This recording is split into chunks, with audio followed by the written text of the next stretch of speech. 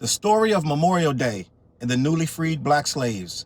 The first Memorial Day actually was created by African Americans celebrating their freedom in the immediate aftermath of the Civil War. The story was just almost unbelievable when I first read it. On May 1st, 1865, the Civil War had ended, just ended. People gathered on the old Planters horse track, the racetrack in Charleston, and they held this extraordinary parade. In the last 6 to 8 months of the war, the Confederates had converted the infield of that racetrack into an open-air prison, and about 260 Union soldiers had died. On May 1st, about 10,000 people marched around the old Planters race course, led by some 2,000 or 3,000 black children, carrying armloads of roses and flowers and singing John Brown's Body. Followed by black women, black men, and then Union troops. And they marched around the course, and then they gathered in this cemetery that had been created by local black workmen, and they heard preaching from 5 black ministers, according to this article. These were the freed people of Charleston paying tribute to the Union dead. That's the first Memorial Day. Before the barbecues and the beach trips, Memorial Day was sacred, especially to black Americans. But that part of the story, most people never learned it. Let's go back to 1865. Right after the Civil War, a group of newly freed black men in Charleston, South Carolina did something powerful. They gathered at a former Confederate prison camp where over 260 Union soldiers had died and gave them a proper burial. Then, on May 1st, they held a parade. Over 10,000 people, mostly freed black residents, to honor the fallen soldiers. They sang, they gave speeches, they laid flowers, they called it Decoration Day, what we now call Memorial Day. Black Americans were the first to publicly honor those who died fighting for freedom, but somehow that origin of the story got erased. So as you remember our fallen heroes, this Memorial Day, remember who made sure they were never forgotten in the first place.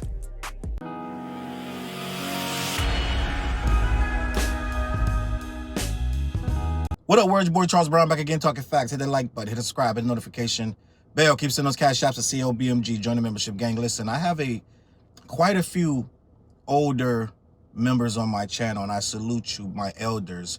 And they always ask me to continue with these stories and these moments in time where we discuss our past and things that we've done to create a place, a safe country. It's not safe, but it's a better place. And we've contributed to many of the things that people don't know, but they celebrate every year, right? And a lot of the narratives I've seen recently have been very derogatory, and they want to spin it a certain way, and they want to change history in a lot of ways to make us seem unworthy of just human dignity. There's a lot of things that I'm seeing lately that just don't jive well with me. The new Twitter, I know Twitter has always been awful, but it has been more awful than ever now. And the narrative on there now is that we're angry, we want to fight.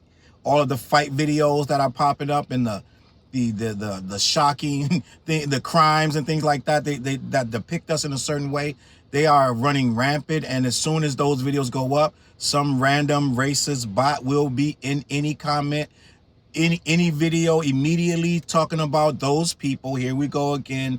Why are these people so violent? I just, you can bet money on it that it's coming, and that's the narrative now. Because once they paint you as violent and immoral and not worthy of just basic human rights, then they can do anything to you that they want. That's why we get the narratives now where they're trying to erase and make it seem like they don't want anything that shows division in between the races. They're trying to take Harvard's grant money and $1 billion or whatever they want to take from Harvard and all of their money and things like that. And they want to remove artifacts from the African American Museum. It's all a play. It's all, if you are paying attention, you understand what it is. They've been plotting this stuff since way before Mike Brown and Trayvon Martin and things that happened. But when that happened, we got a little too much power. I'm just gonna be honest. Social media and things of that nature, George Floyd and things like that. When the George Floyd thing became almost indisputable,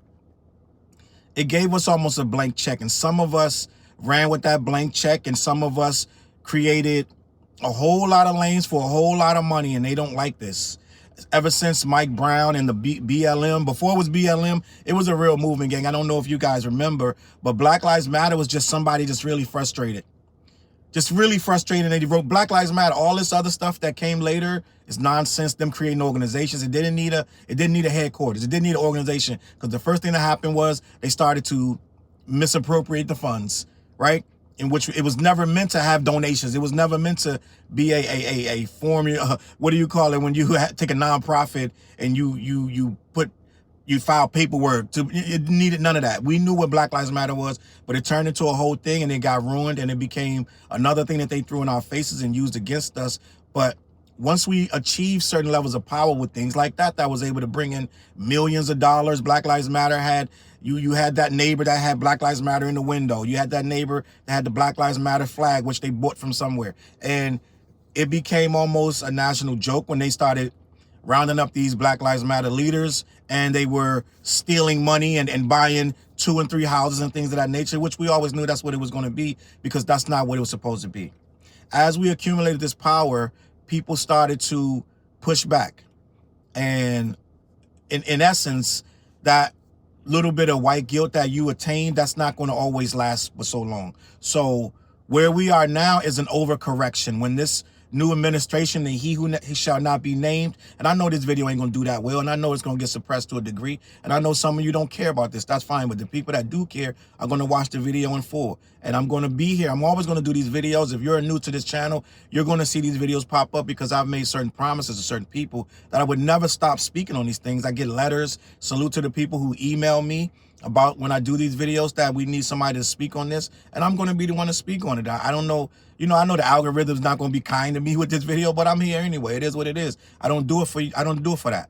All right. So I want to talk about this. Is it's one of those things that as they start to usurp our so-called power that we attained over the last couple of years, and they start to say they're going to start removing things and taking away money from anyone who, quote unquote, is using divisive language. Divisive language is when you start speaking of history, American history, that is slavery and things of that nature. If you speak on slavery in any kind of way, they're trying to shut that down, because they need to shut that down, because if they let this rise the way it's rising, we're going to have even more power, right? They don't want it to be more power. They don't want their grandkids to say, wow, Pop, you really let this happen? Like, it wasn't necessarily Pop, but it was people before him that did a lot of heinous things to get a lot of money. The things that you have now that you get to benefit from were taken from us. In essence, we were here under false pretenses. We were snatched and brought here, or sold here, or traded here, all kind of ways, but we ended up here, and this country was built on free labor, and this country would not be the most powerful country in the world, as they say, without that free labor, without us building structures and Benjamin Banneker design Washington D.C. from the monument, all of that. All of that stuff was us, but they want to remove that stuff. They're removing Rosa Parks and Harriet Tubman and things of that nature, because if they actually have to acknowledge that we helped build this country and we're not just drug smugglers and dope dealers, then at some point they're going to say, well, why won't we give them back the money that we made from them? Because that's a very sore subject.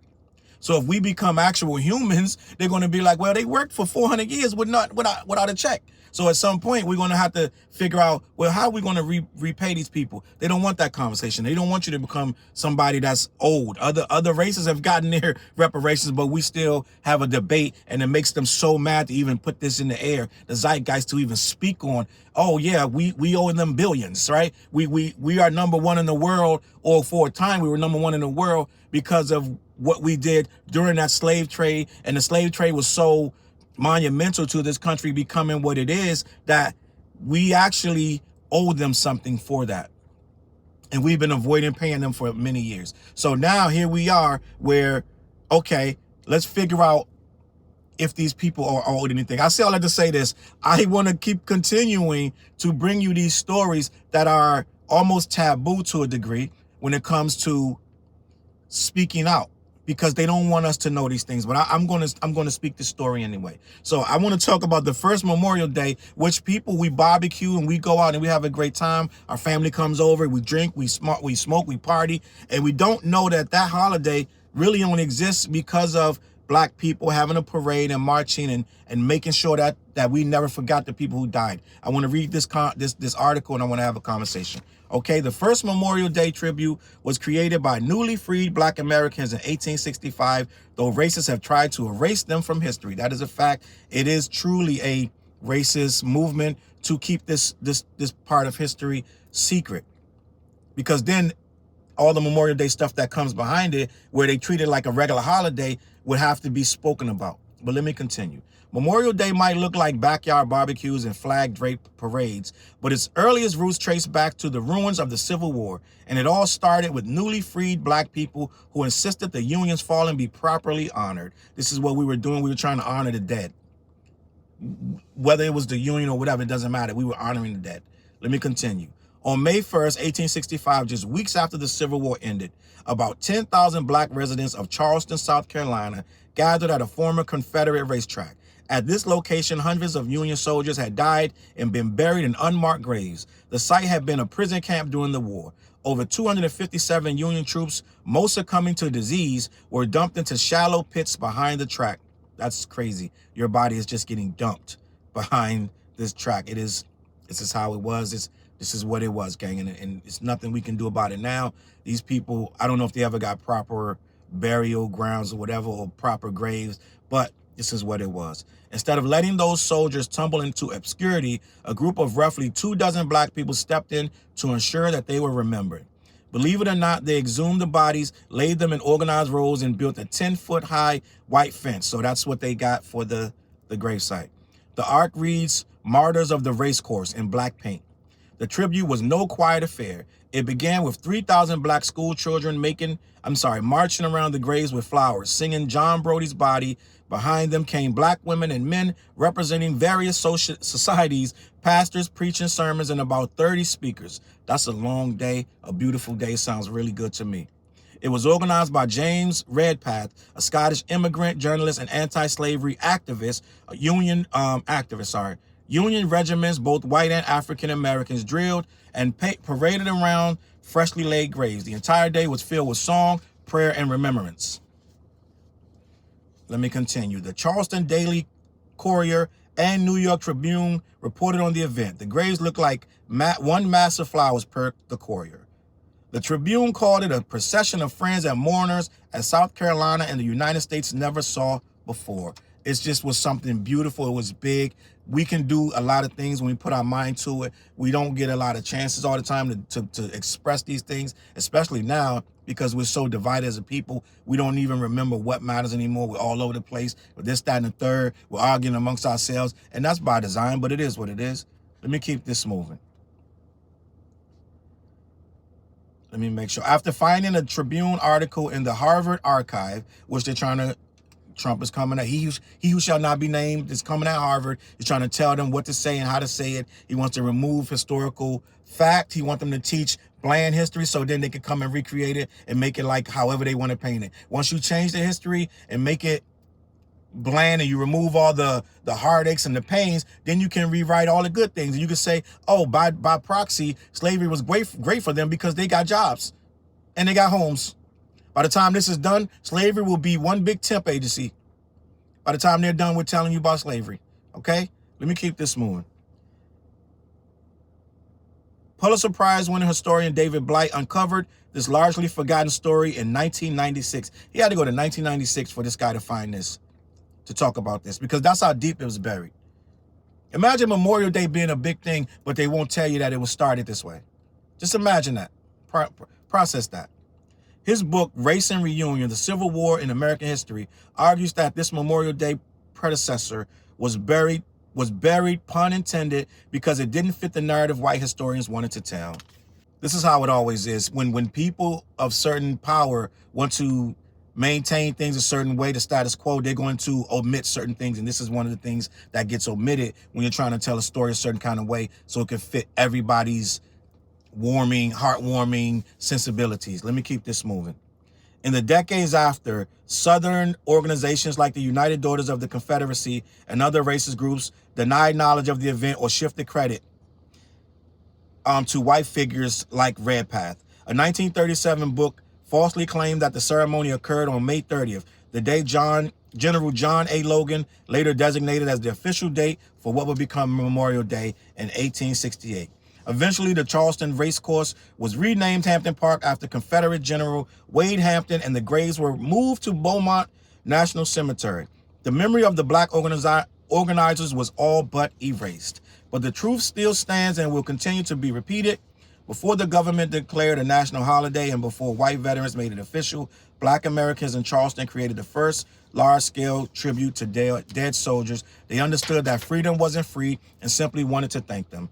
The Memorial Day story that didn't just honor the dead, it foreshadowed the centuries-long battle for recognition in the midst of racist erasure that continues to this day. And the simple fact of the matter is, this is always the story. They erase a lot of these things willy-nilly. It's like they can't make it, oh yeah, these guys started. They know it's a great idea. They know we need to honor the dead, but it can't be that black people was the first ones to think of it. They got to move it and shift it to the one white guy who was there and helping us do something that we already was doing. He decided to help organize it, which is great. He didn't start, he didn't create it, he helped to organize it, okay? And he wouldn't have been able to do it by himself. If no black people was there, it wouldn't have happened at all, okay? So even if he did organize it and it was 5 or 6 white people, it wouldn't have been the same thing.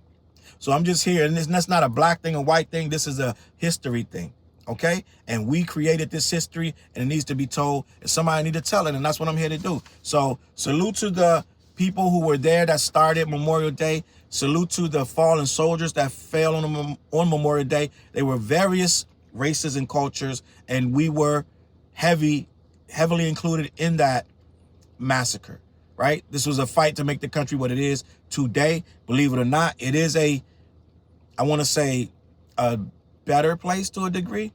We're not there yet. We're able to do a lot of things. We can tweet on Twitter and do some pretty cool things here and there, but we're nowhere near where we should be in regards to where this country was before us and after us. We really made this place where it is, and a lot of guys like to be on Twitter and say that we are we're the problem, and a lot of the things that we have done they won't acknowledge. They'll just tell us that we're the most murderers. Well, yeah, you guys are murdered. They won't tell you that this country wouldn't exist without us. They won't tell you that we're an extremely peaceful people, right? Extremely peaceful. They're going to point out the few gangbangers that are actually in active war, partially in most, I want to say, mainly due to the situation that they were put in by the oppressor to be in that situation that they were. Everything that we tried to build, they destroyed it.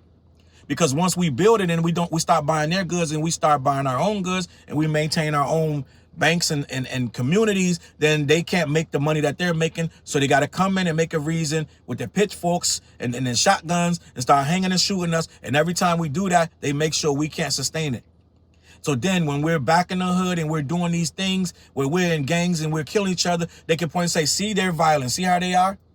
So it's a catch-22, but they don't want to have that discussion, but we're going to have the discussion. All right, I'm going to leave it at that. CLBMG, thank y'all for watching. I appreciate you, okay? And like I said, I don't expect much from this video, but that's not why I did in the first place. I'm going to catch y'all on the flip side. Share the video. Peace. Look, mission impossible to drop a few lines without dropping old times when Southern Hill was still a gold mine. When pistol grips was my shit and I sold mine. When Alias was not a show and they told mine. Elevate your mind with high quality THC infused products. BlackYeti.com. Black-Yeti.com.